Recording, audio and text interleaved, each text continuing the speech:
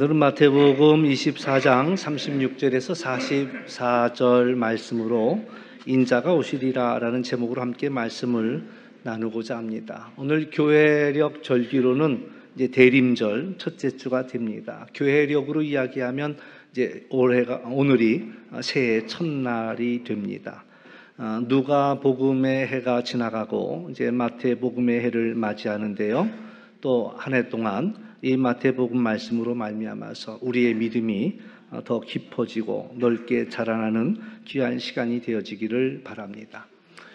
이제 대림절 첫 번째 주 우리에게 주는 메시지는요, 인자가 오신다라는 이야기입니다. 그렇기 때문에 깨어 있어야 될 것이고 또한 준비하고 있으라고 말씀하십니다. 오늘 세 가지를 말씀드립니다. 첫째는 그날과 그때는 아무도 모른다라는 이야기고요. 두 번째 이야기는 인자가 오신다. 근데 그 인자가 누구시냐라는 이야기고, 또 세 번째 주제는 준비하라, 깨어 있으라라는 말씀입니다. 이제 첫 번째 주제, 그날과 그때는 아무도 모른다라는 이야기입니다. 하늘의 천사도 모르고 아들도 모르고 아버지만 아신다라는 이야기입니다.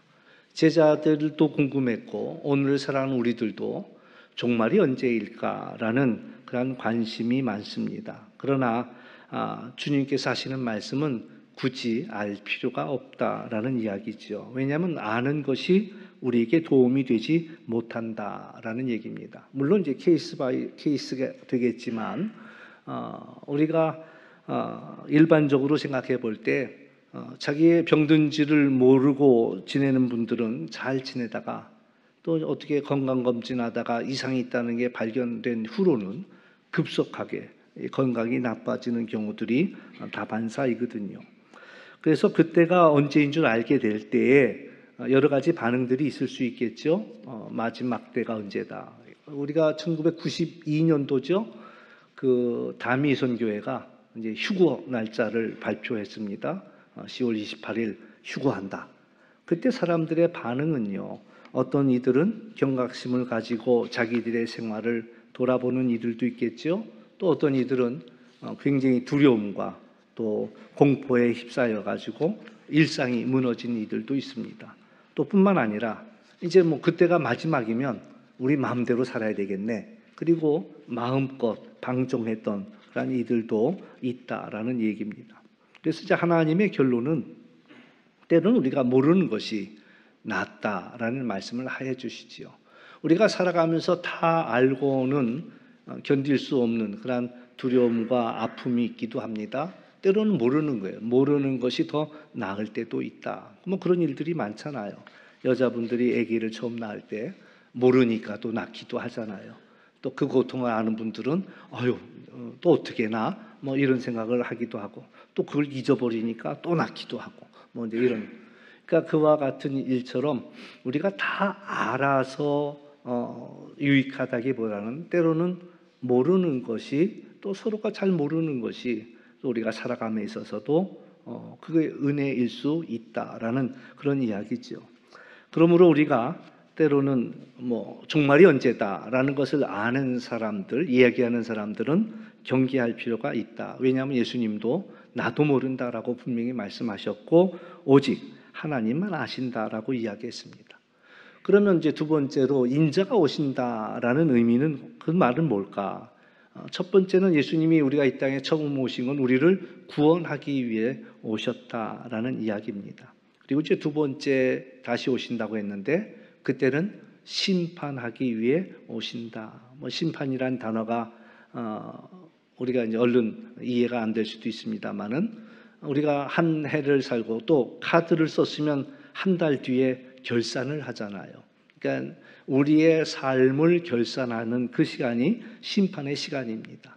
뭐 열심히 경기를 잘한 사람에게는 그 심판에 좋은 그런 점수를 얻겠죠. 또 법대로 경기하지 않은 이들은 심판의 경고와 어떤 처벌을 받게 될 겁니다. 그러니까 마찬가지, 우리가 마지막 심판에 믿음을 지키고 잘 살아왔다면 하나님의 칭찬을 받는 시간이 되겠고요.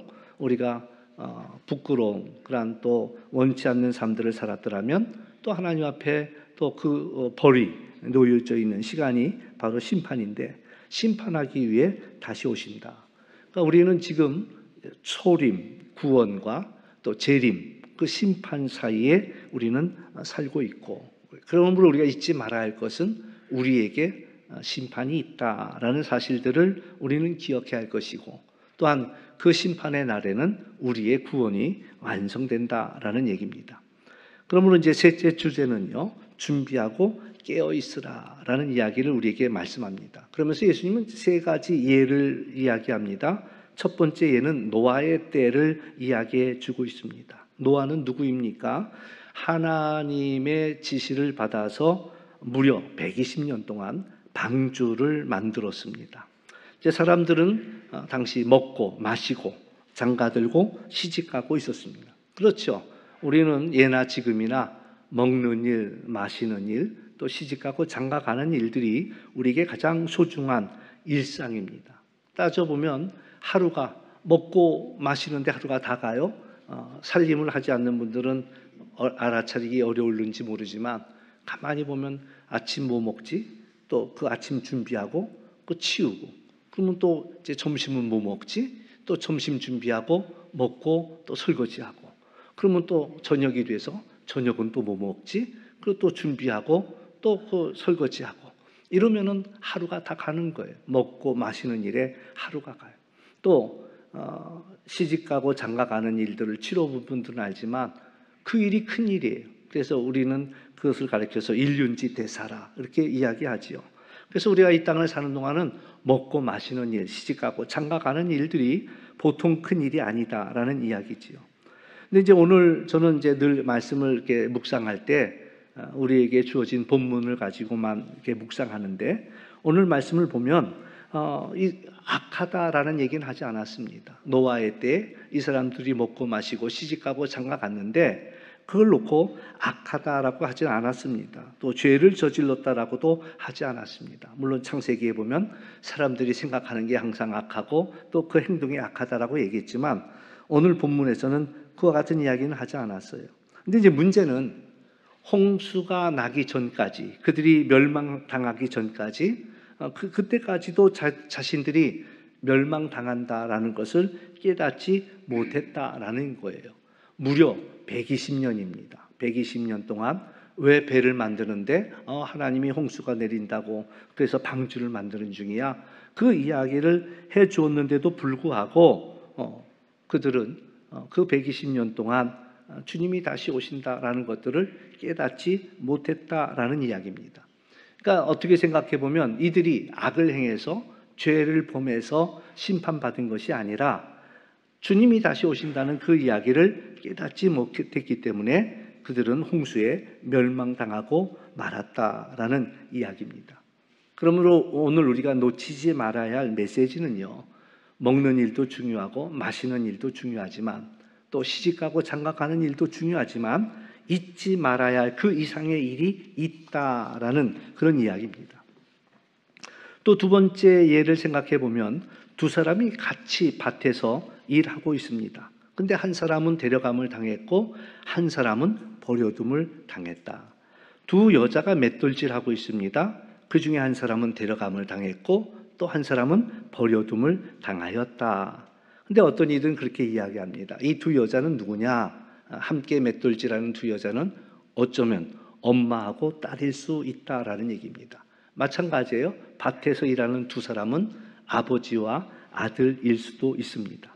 아버지와 아들이 밭에서 함께 일하는데 어머니와 딸이 함께 맷돌을 가는데 같은 곳에서 같은 일을 하고 있었지만 그 중에 한 사람은 데려감을 당하고 한 사람은 버려둠을 당했다. 굉장히 충격적인 이야기입니다. 같아 보였습니다. 다르지 않았습니다. 그런데 다른 게 있었다라는 이야기를 들려주고 있습니다. 이제 세 번째 이야기는 도둑이 언제 올지 모른다라는 얘기입니다. 준비하고 있지 않으면 생각하지 않은 때에 도둑이 인자같이 온다라는 이야기를 하고 있습니다. 그러니까 인자가 오시는데 언제 오시는지를 알 수 없으니 깨어 준비하라라는 말씀이지요. 예수님이 이 땅에 오셨습니다.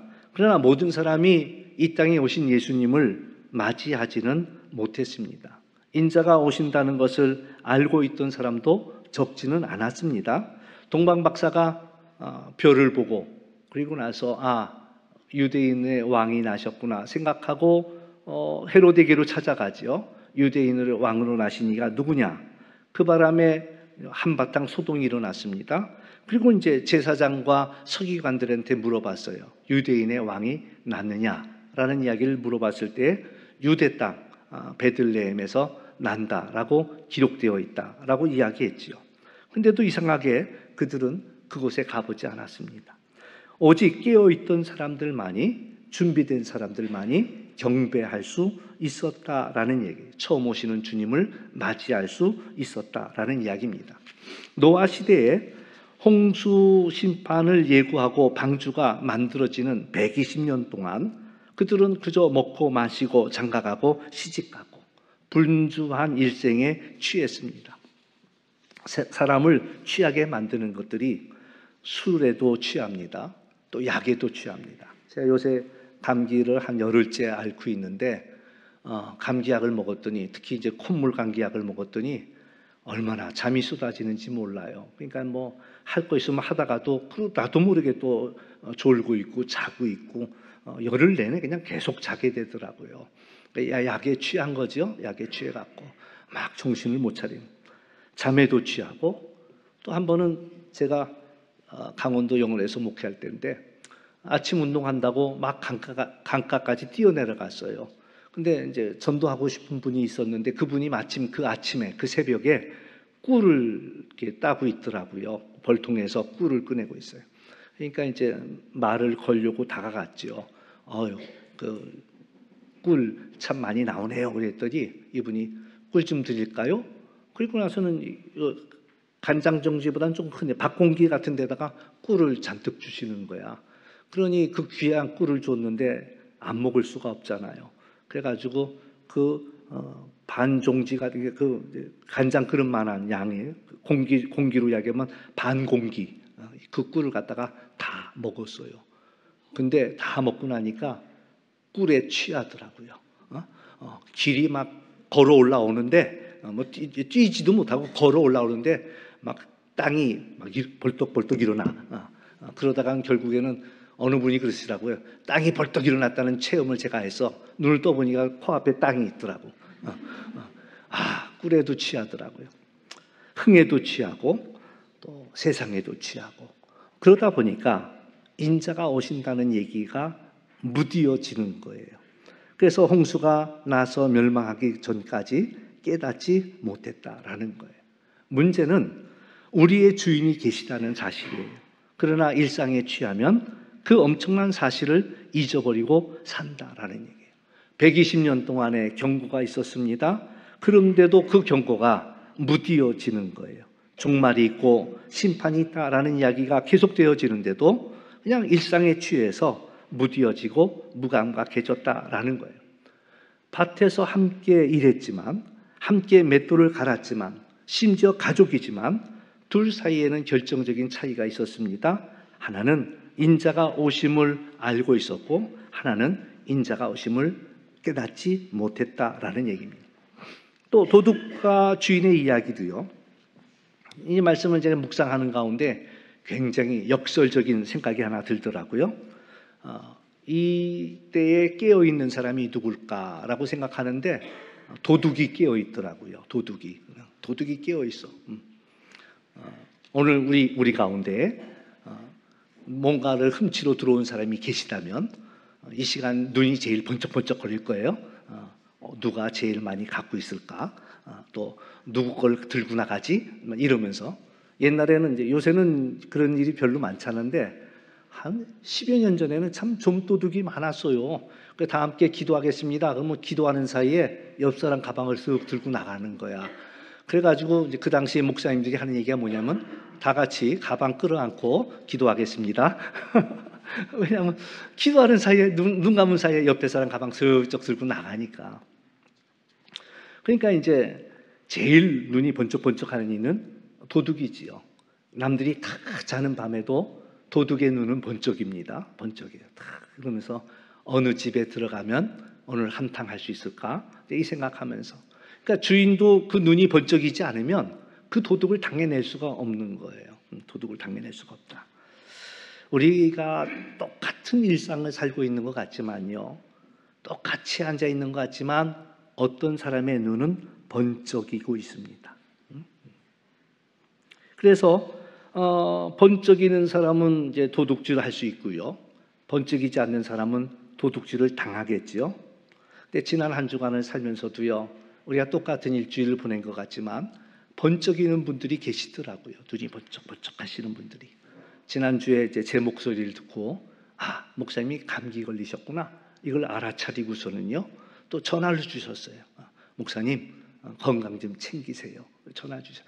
평상시 같으면은 전화 못 하실 텐데 용기를 내고 그 번쩍이는 눈으로 전화를 한 거예요. 목사님, 건강 좀 챙기세요. 또 어떤 분은 그걸 또 알아차리셨어. 아, 목사님이 감기 걸렸구나.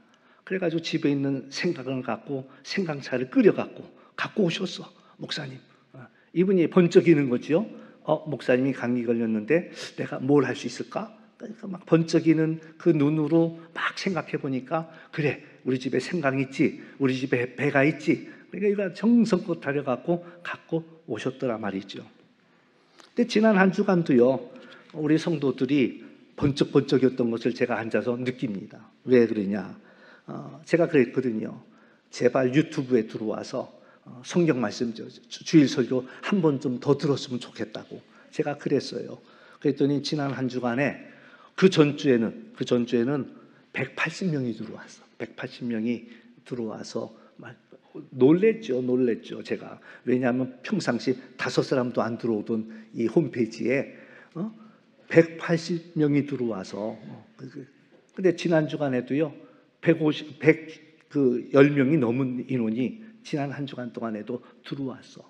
그러니까 제가 감동스러운 거야. 이 많은 분들이 목사님이 얘기했다고 순종하고 들어가야지 그러면서 들어와서 그 말씀을 한 번 더 들었다니까요. 그러니까 얼마나 감동스러운지 몰라요. 저도 감동스럽지만 또 그 누구보다도 하나님께서 기뻐하시지 않았겠는가, 그 생각을 해보는 거예요. 또 제가 그랬거든요. 우리 들은 말씀들을 또 다른 사람도 들을 수 있게끔 그들에게 보내주라 그랬습니다.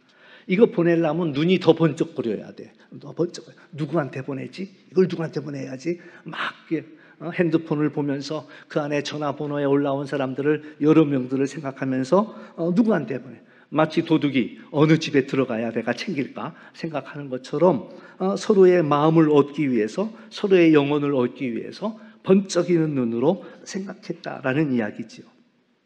일상에 취해 있는 분들은 할 수 없는 일입니다. 해야겠다라는 생각은 한 구석에 있겠지만 몸이 움직이지 않는 거예요. 손가락이 움직이지 않는 거예요.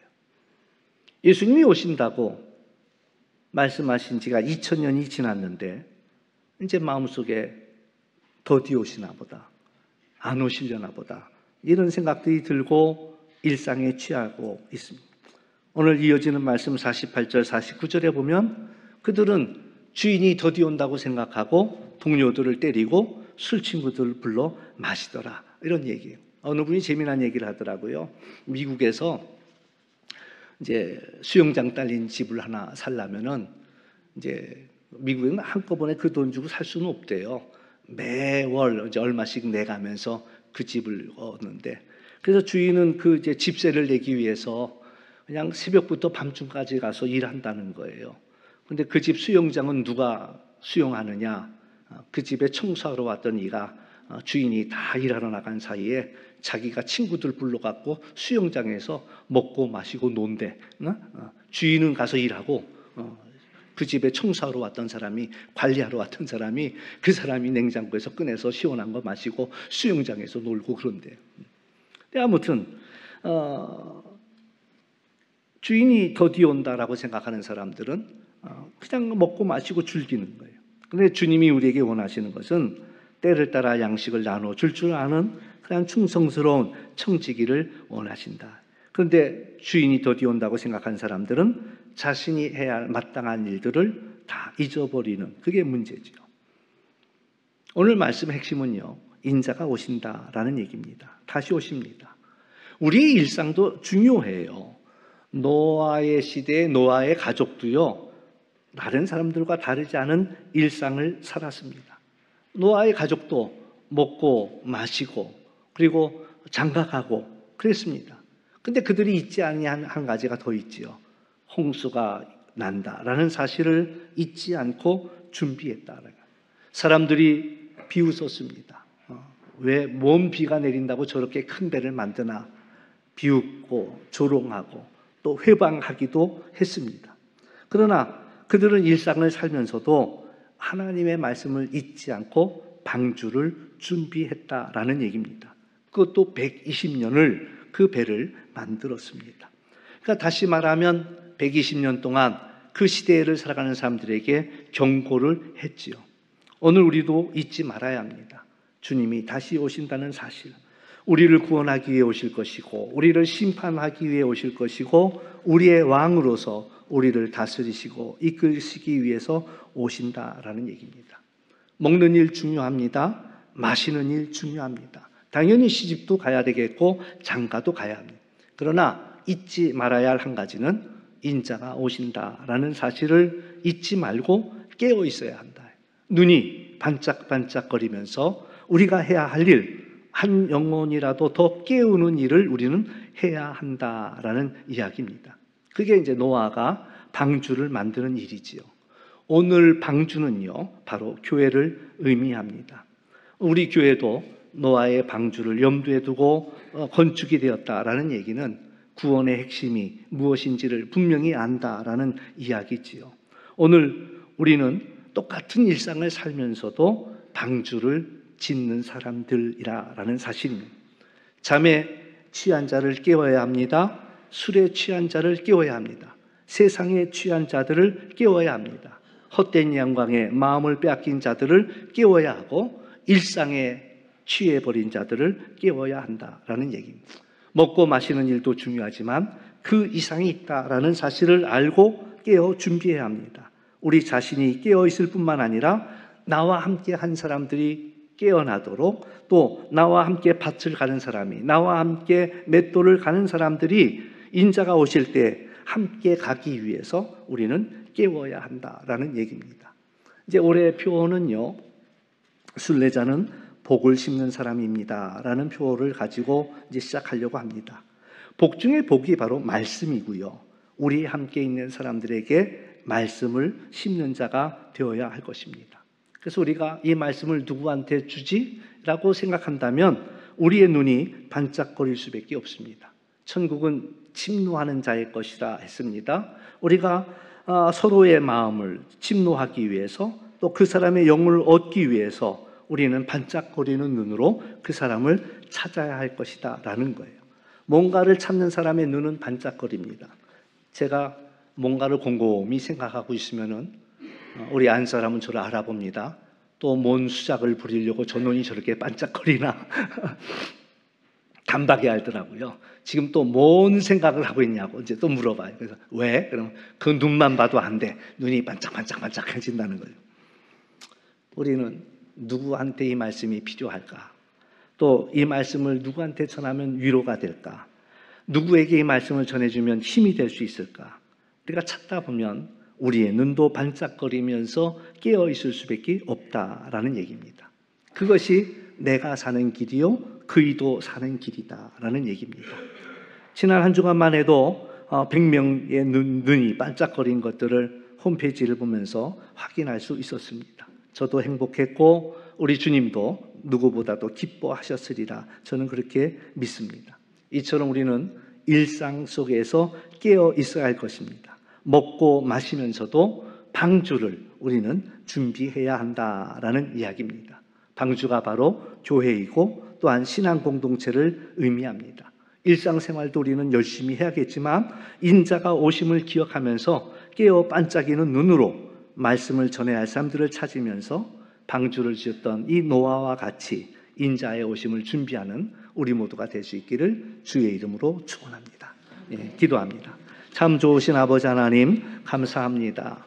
이제 주님의 오심을 기다리는 이때에 우리가 깨어있게 하여 주시고 준비하는 자가 될 수 있도록 은혜 베풀어 주옵소서. 우리는 먹고 사는 일들 바쁩니다. 또 시집가고 장가가는 일 바쁩니다. 그럼에도 불구하고 잊지 말아야 할 한 가지 사실, 주님은 다시 오신다는 사실, 우리의 주인이 오신다는 사실들을 늘 염두에 두고 살아가는 저희들 될 수 있도록 인도하여 주옵시고, 반짝이는 눈으로 우리가 이 시대에 우리의 해야 할 일들을, 해야 할 사명들을 감당하는 저희들 될 수 있도록 주님 도와 주옵소서. 감사하며 예수님의 이름으로 기도하옵나이다. 아멘.